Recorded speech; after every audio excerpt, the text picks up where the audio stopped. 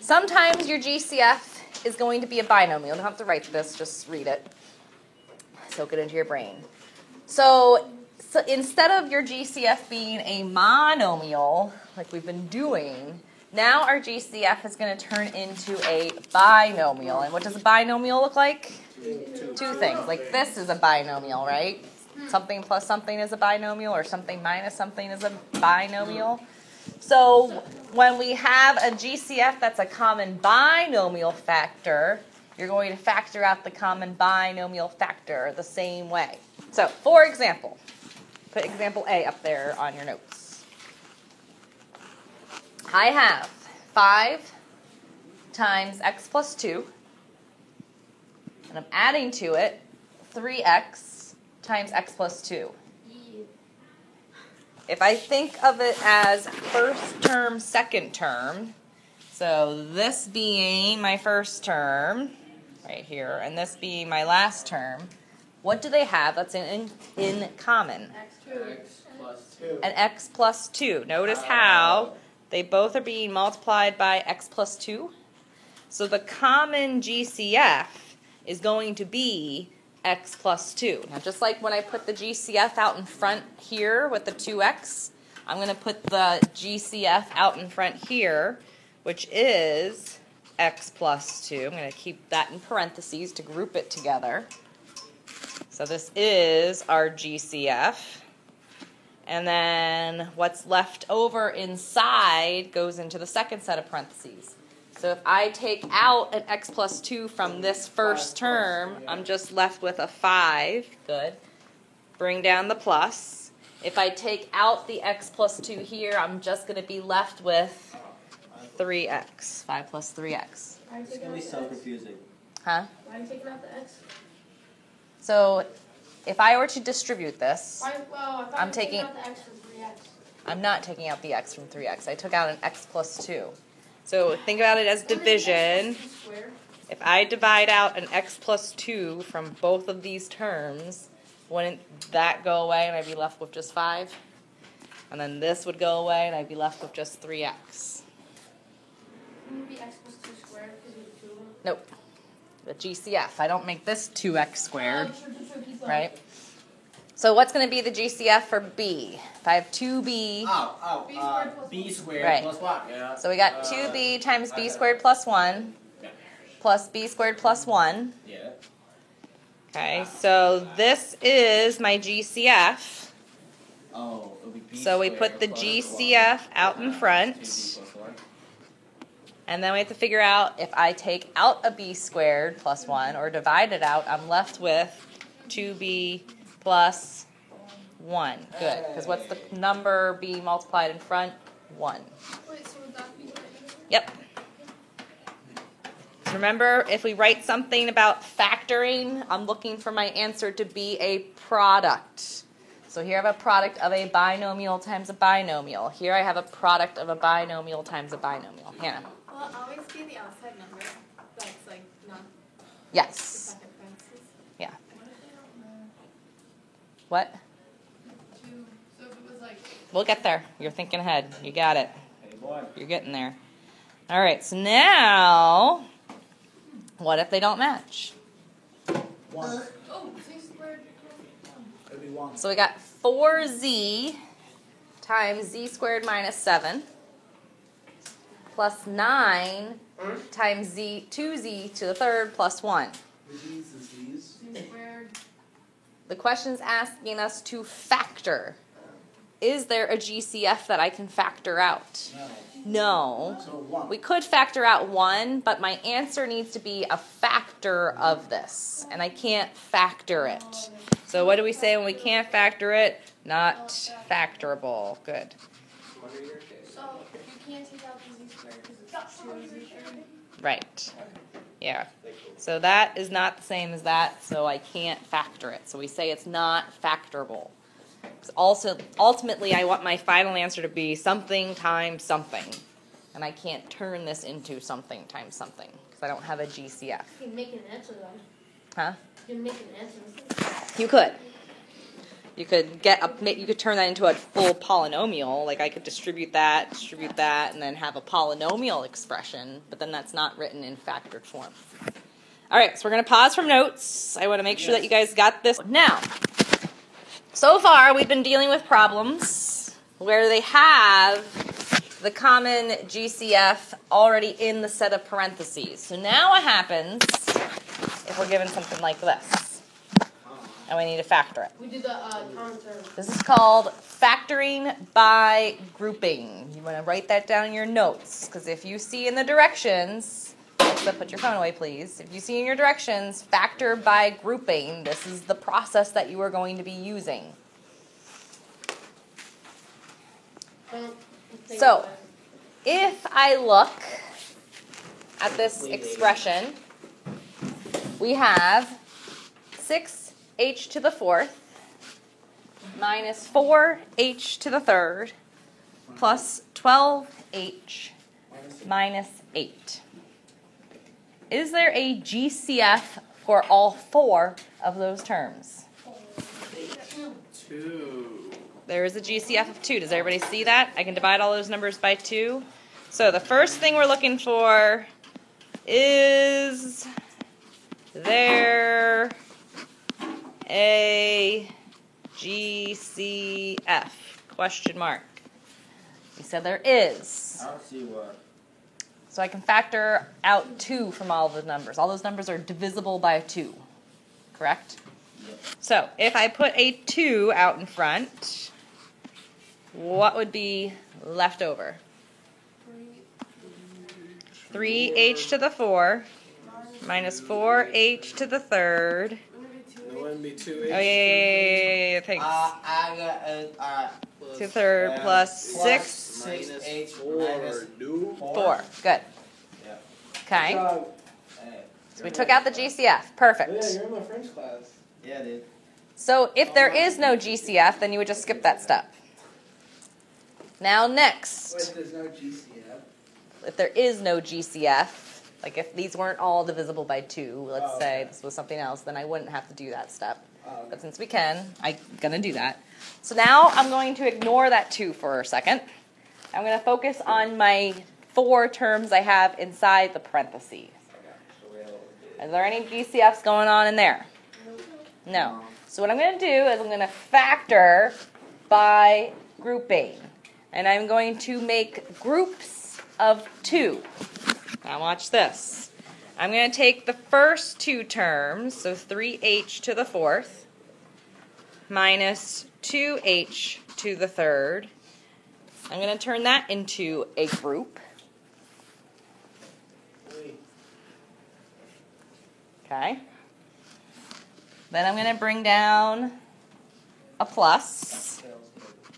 And I'm going to group together 6h minus 4.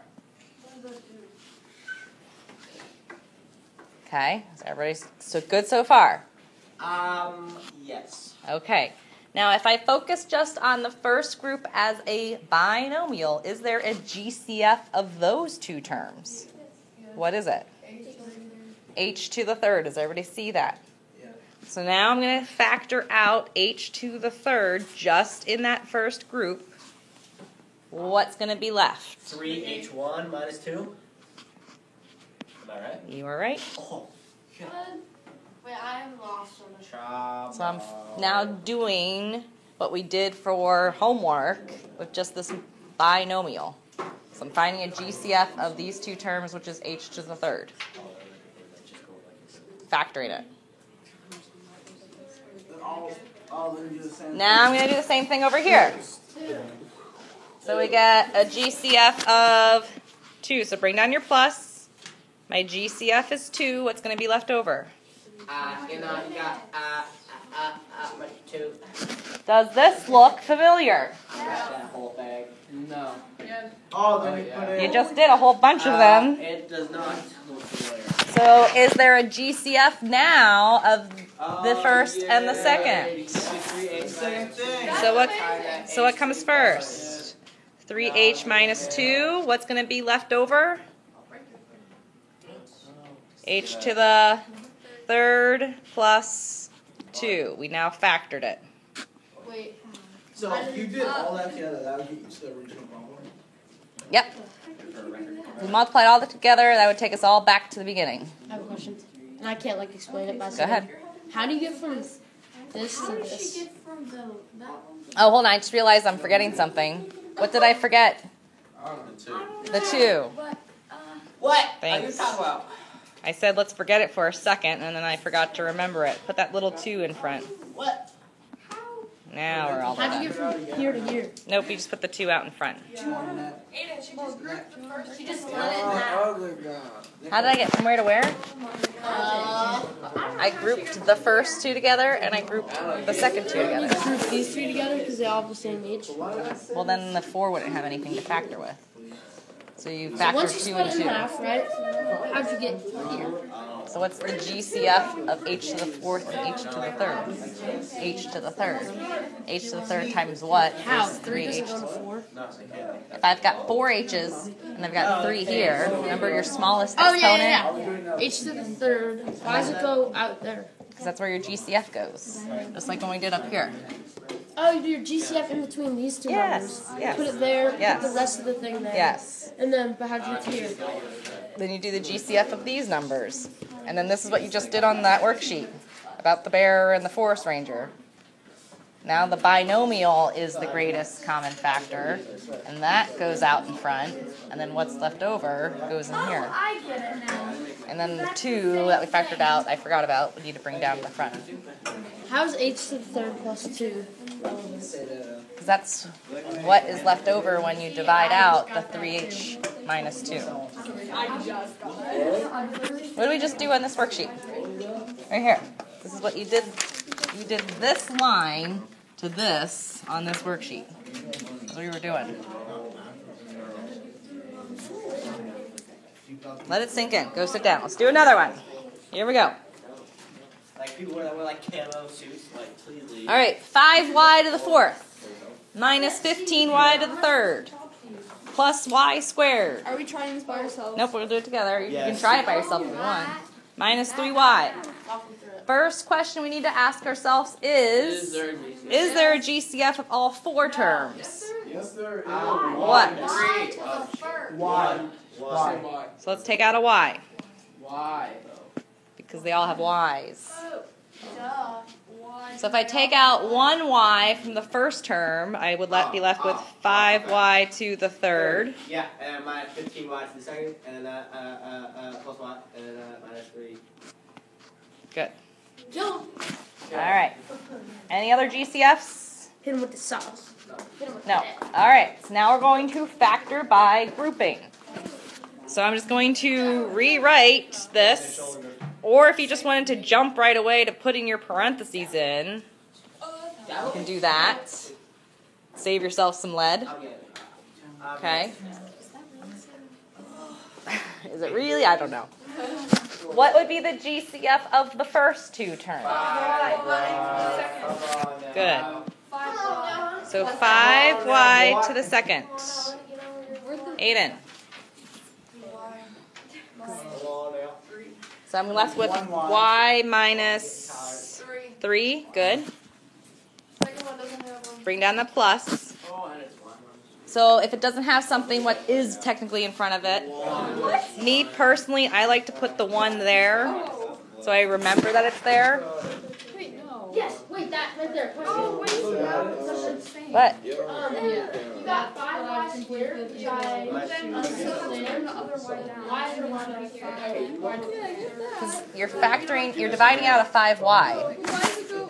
If I divide by 5y, I'm left with y, or y squared, sorry, I'm left with just y. If I divide by 5y squared, 15 divided by 5 is 3. You're doing the reverse of the distributive property. That's pretty much just mean that you subtract exponents and feel like you Right. So remember, when you divide exponents, you subtract. Okay, what's going to be in the first set of parentheses? 5y squared goes this way. So I think Sure. I went this way first. Okay, guys, please. It does not matter which order you put these in, just like we talked about when you were doing the worksheet. Commutative property allows these to be intermixed. So if you put the 5y squared plus 1 first or the y minus 3 first, doesn't matter. What should we not forget about? Bring the Y down. Bring this y down out in front. So now you have a product of a linear monomial times a linear binomial times a quadratic binomial, right? So what if you can't, like, what if there's, like, nothing in common? Then you would just go right to the grouping. Okay. Okay. All right. Let's do another one. 2x to the third 2. No. minus 12x squared 2. plus 18 minus 3x. 3. Well, let's check it. No, it's There is no initial GCF, So you right? So we can skip that step. So we're going to group that. But before we group it, try to make sure that your polynomial is written in standard form. Yes. No. Is this written in standard form? There's 3x in the No.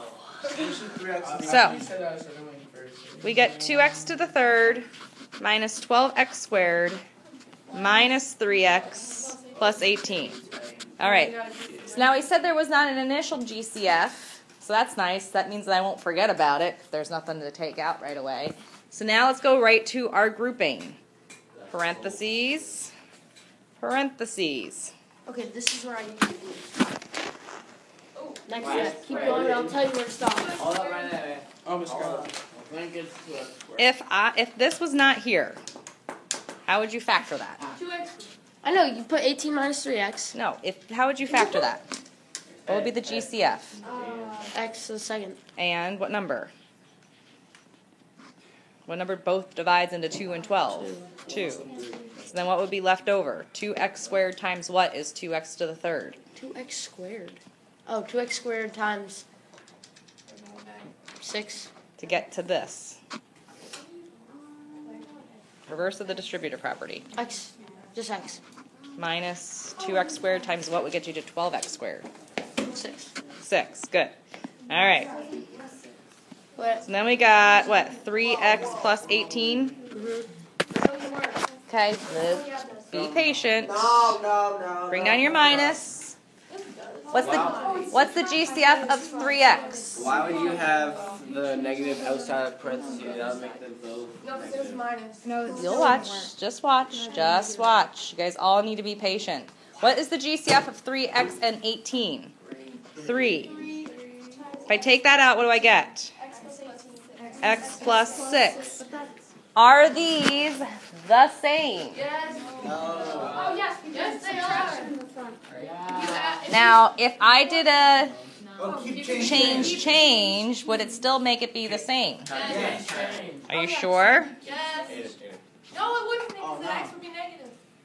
So it's not the same. So it's not the same. Is it the same? Oh, So is it factorable? No, I told you. Oh. Not factorable. So if your binomials end up not being the same, then it's not going to be factorable. All right, I'm going to have you try some on your own. Do you just want to do it on there, or do you want to do it on a piece of paper? Doesn't matter. Just keep working on here? Okay. All right. On the board we're doing. You can go up here on the board to the side. Like, there's a whiteboard on top of the whiteboard. I know, right? I'm just trying to save my markers. All right, let's do 8x to the third minus 64x squared plus x minus 8. Factor it.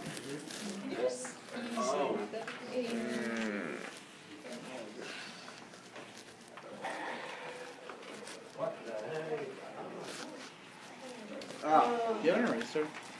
Wait, no, I got it. I got some erasers up I here. got it. Take a nap, bro. Sure. I got pink pencil for finding those colors in French class. Nice. I know. I found 15.